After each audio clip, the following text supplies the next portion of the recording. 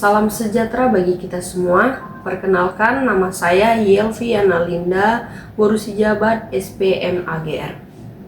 Saya merupakan dosen tetap Fakultas Pertanian Program Studi Agroteknologi Universitas Pembinaan Masyarakat Indonesia. Mata kuliah yang saya ampu pada saat ini adalah Dasar Hortikultura, di mana mata kuliah tersebut memiliki bobot 3 SKS dengan 16 kali pertemuan materi dan praktikum, 2 kali UTS dan UAS.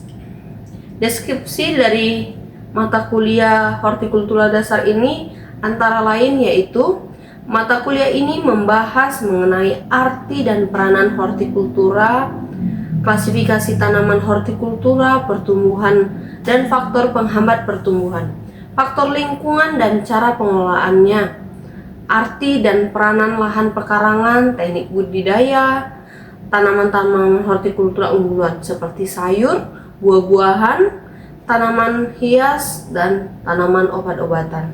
Nilai estetika dan desain dalam hortikultura serta panen, pengolahan hasil dan pemasaran produk hortikultura secara umum. Adapun CPL atau capaian pembelajaran lulusan pada mata kuliah ini antara lain S1, bertakwa kepada Tuhan Yang Maha Esa dan mampu menunjukkan sikap religius. S2, menjunjung tinggi nilai kemanusiaan dalam menjalankan tugas berdasarkan agama, moral, dan etika.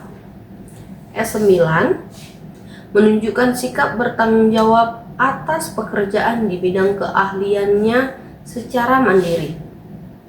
KU1, mampu menerapkan pemikiran logis, kritis, sistematis, dan inovatif dalam konteks pengembangan diri atau implementasi ilmu pengetahuan dan teknologi yang memperhatikan dan menerapkan nilai humaniora sesuai dengan bidang agroteknologi.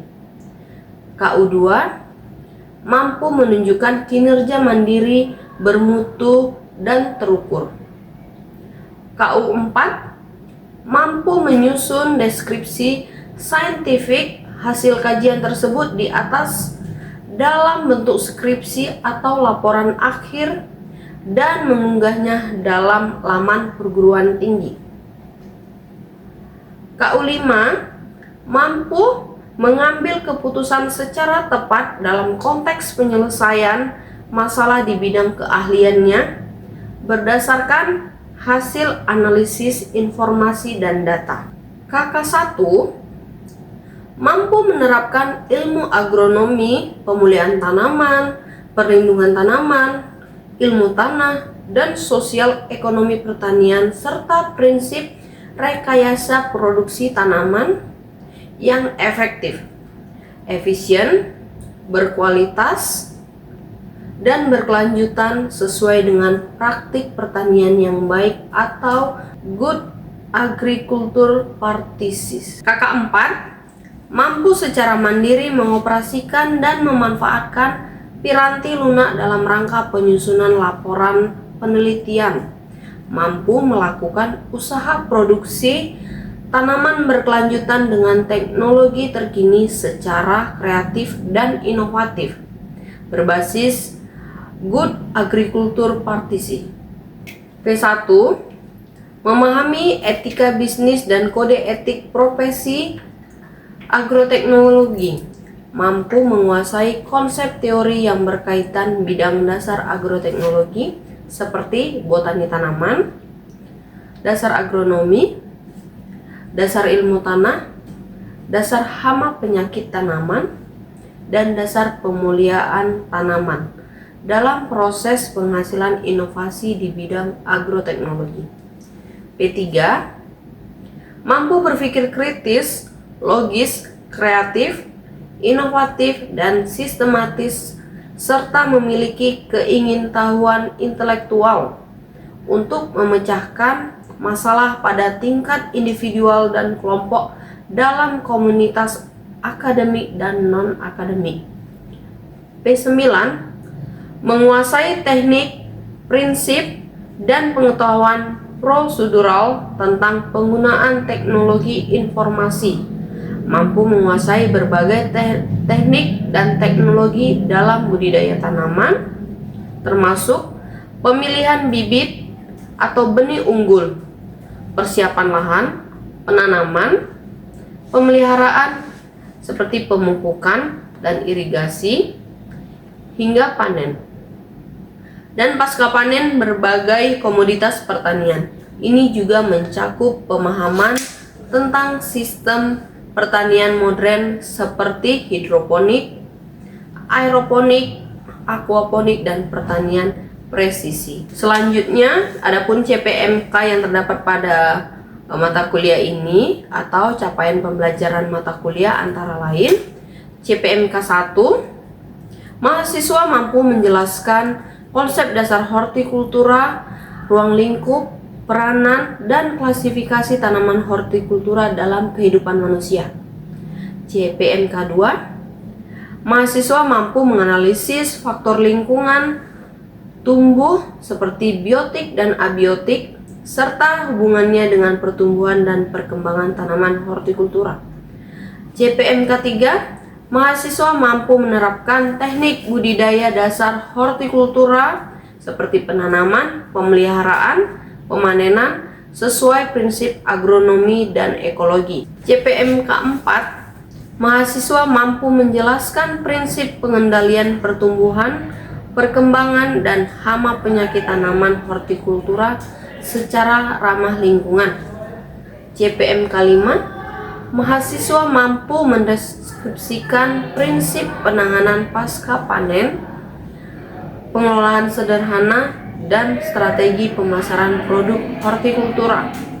CPMK 6, mahasiswa mampu bekerja sama dalam kelompok, menunjukkan sikap disiplin, bertanggung jawab, serta memiliki kepedulian terhadap berkelanjutan lingkungan dalam praktik hortikultura di kehidupan manusia. Adapun metode pembelajaran yang digunakan pada pembelajaran kita kali ini adalah metode DEI atau Delivery, Interaction, dan Assessment, di mana metode yang digunakan itu delivery, yaitu ceramah interaktif berbasis multimedia. Kemudian ada interaksi atau interaction, yaitu diskusi kelas, tanya jawab, diskusi kelompok, presentasi, dan bimbingan proyek. Kemudian ada assessment, yaitu tes tulis, yaitu seperti kuis, UTS, UAS. Kemudian ada penilaian laporan dari laporan praktikum, penilaian proyek PJB. Adapun kriteria standar penilaian kita meliputi kehadiran 10%, kuis 20%, tugas 20%, UTS 25%, dan UAS 25%. Berikut mari kita simak video pembelajaran saya pada mata kuliah Dasar Hortikultura. Selamat menyaksikan. Halo, siap. Siap.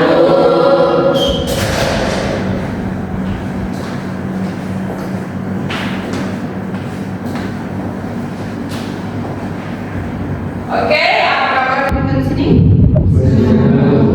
Sehat. Yakin kalian sehat? Sekarang kita mau belajar mata kuliah dasar hortikultura. Oke, ini mata kuliah berapa? Kedua. Kedua atau ketiga? Oke.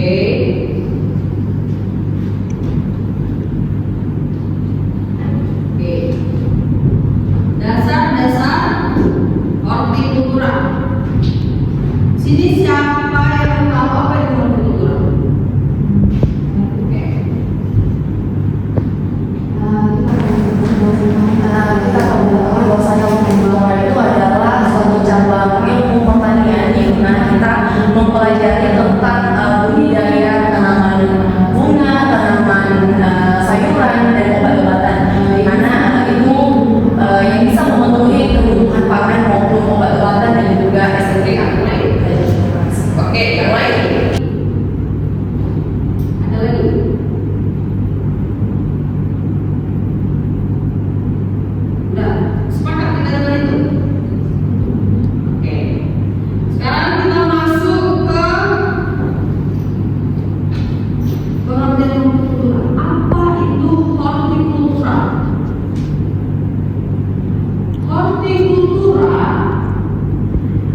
berasal dari bahasa hortikultur. Itu pada abad ke-17. Italia, Eropa Tengah. Dia berasal dari Italia, bagian Eropa Tengah. Berasal dari bahasa Latin, yaitu hortus dan hortus artinya bahasa Inggrisnya garden. Kalau kultura cultivation, yang artinya garden itu apa? Kebun. Kalau cultivation budidaya. Jadi hortikultura adalah budidaya kebun itu. Hah? Kebun budidaya. Jadi garden hunter yang artinya adalah budidaya kebun, di mana kebun itu terdiri dari tanaman. Kebun kan ada tanamannya kan? Kalau nggak ada tanaman bisa dikatakan kebun nggak? Nggak kan? Oke, jadi hortikultura adalah budidaya tanaman untuk bahan makanan, kesenangan dan keindahan. Kemudian dengan perkembangan teknologi dan ilmu pengetahuan, hortikultura tidak hanya sekedar budidaya kebun saja. Bisa apa lagi?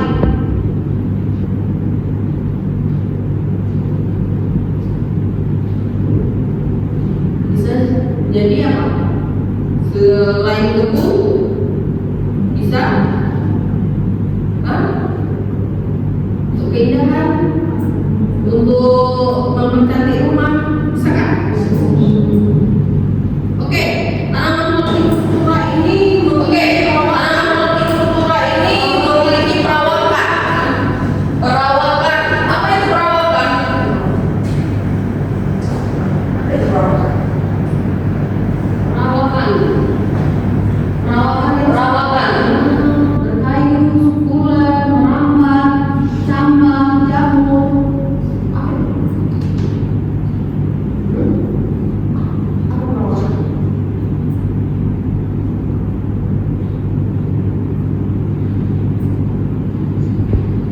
Perawakan itu gambaran gimana itu si tanamannya. Kebanyakan tumbuhan yang batangnya lunak karena tidak membentuk kayu. Tumbuhan semacam ini dapat merupakan tumbuhan semusim, tumbuhan dwimusim ataupun tumbuhan tahunan. Terus ada apa di tanaman kayu yang menetap?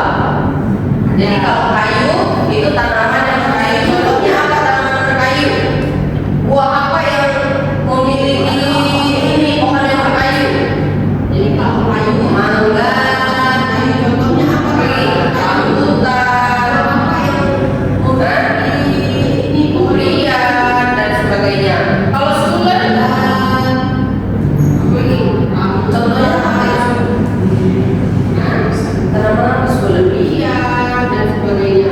Kalau sukulen contohnya apa itu? Tanaman sukulen. Kaktus. Pernah lihat bunga telang? Di situ tuh ada yang warna ungu. Pernah lihat kan? Oke, tahu ya. Oke, kecambah. Kecambah adalah tumbuhan sporofit muda yang baru saja berkembang dari tahap embrionik atau biji. Apa kecambah? Tinggal dicambah. Oke, kacang-kacang dan jenis-jenis kacang. Kemudian ada jamur. Jamur apa yang kalian tahu? Jamur tiram. Jamur merah. Terus jamur kuping. Jamur apa lagi? Jamur apa lagi? Jamur enoki. Pokoknya banyak jenisnya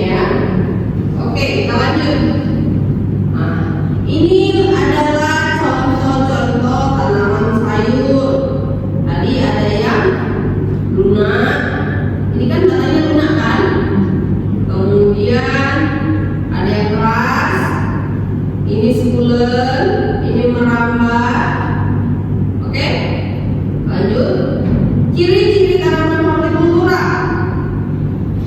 Ciri-ciri tanaman hortikultura itu ada permeabel, mudah rusak, dipanen dalam keadaan hidup atau segar. Jadi kalau yang mudah rusak itu harus dipanen dalam keadaan segar. Contohnya apa? Tanaman produk yang mudah rusak. Tanaman hortikultura produk yang mudah rusak. Contohnya apa? Buah sayur. Kalau buah apa? Buah yang harus dalam bentuk segar dipanen, dia mudah rusak. Contohnya sayur apa?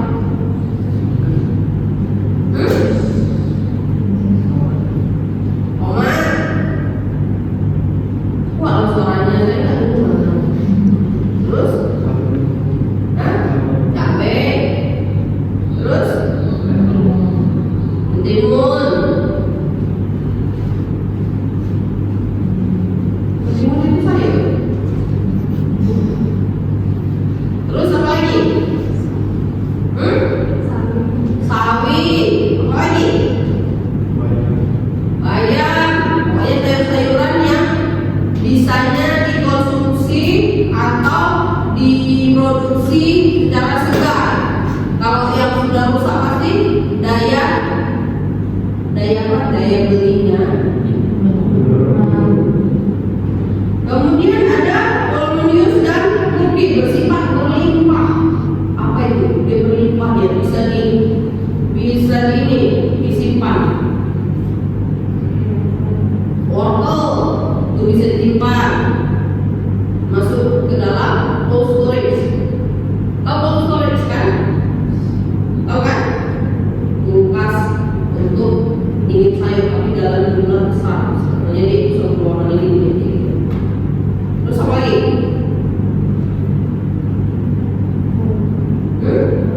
Oh, besar. Kemudian komponen hasil produksi ditentukan oleh kandungan air, bukan oleh bahan kering. Komponen hasil produksi ditentukan oleh kandungan airnya, bukan oleh bahan keringnya. Jadi kalau dia segar, banyak airnya, itu yang layak diproduksi. Kalau yang udah isut, udah busuk, itu kan kering ya kan? Air kandungan air nggak banyak, itu nggak layak panen, nggak layak diproduksi, nggak layak untuk dipasarkan. Contohnya seperti tomat, kalau dia udah layu, udah busuk kan nggak ada lagi membeli kan, nggak bisa dipanen kan? Kemudian harga ditentukan oleh mutu dan kesegaran, bukan buknya. Harga ditentukan oleh mutu dan kesegarannya, bukan dari sifat melimpahnya, banyaknya, bukan karena jumlahnya yang banyak. Contohnya, oh ini wortel banyak nih, jadi harganya murah atau melimpah. Tidak, dia dipengaruhi oleh kualitas, bukan kebutuhan pokok. Kalau kebutuhan pokok itu apa? Beras, ya kan? Aman kan? Kebutuhan pokok kan? Oke, lanjut. Peranan hortikultura. Jadi peranan hortikultura ini ada dua, yaitu sebagai jasmani dan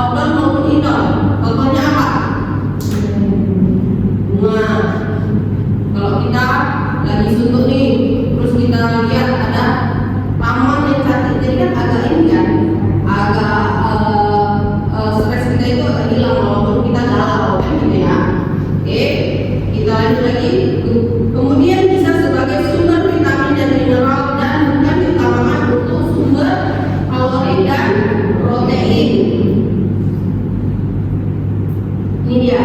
Kalau sebagai tanaman hias dengan peranannya sebagai penyejuk rohani, kan tadi saya bilang kan. Kalau kalian lihat ini, kayak mana perasaannya? Senang? Ada bukan? Enak kan? Mau ke sini? Ayo. Terus ini adalah kebun, ini kebun selada, ini melon, ini sayur dan buah-buahan. Jadi sampai sini udah tahu kan? Udah mulai mengertikan apa itu tanaman hortikultura. Kemudian ada beberapa cabang tanaman dalam ilmu hortikultura. Cabangnya itu adalah olerikultur, yaitu dia masuk ke dalam sayuran. Ilmu pengetahuan tentang bertanam sayuran. Kemudian ada pomologi. Pomologi itu adalah ilmu pengetahuan tentang bertanam buah-buahan. Jadi dia ada tentang sayuran dan tentang buah-buahan. Kalau pomologi ini kita bisa dari bertanam, pemanenan, penyimpanan, prosesing, pemasaran, pemasaran tanaman buah-buahan itu di sini kita pelajari semuanya di bagian ilmu pengetahuan tentang pomologi. Contohnya itu seperti stroberi, apel, jeruk dan sebagainya itu tergolong dalam buah-buahan. Kemudian ada ornamental horticultur. Ornamental ini maksudnya apa? Keindahan, kecantikan. Ornamen. Ada dua aspek ornamental horticultur, yaitu ada florikultur sama landscape kultur. Kalau florikultur itu apa? Florikultur.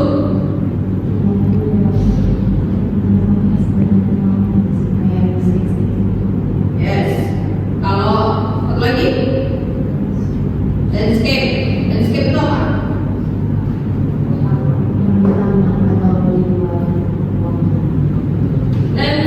Landscape itu aplikasi desain.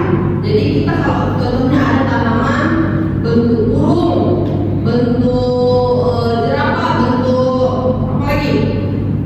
Pokoknya kalau ada suatu taman itu ada konsep taman itu namanya landscape. Oke? Kemudian ada biofarmaka. Biofarmaka itu tergolong dalam obat-obat. Apa aja yang bisa jadi obat?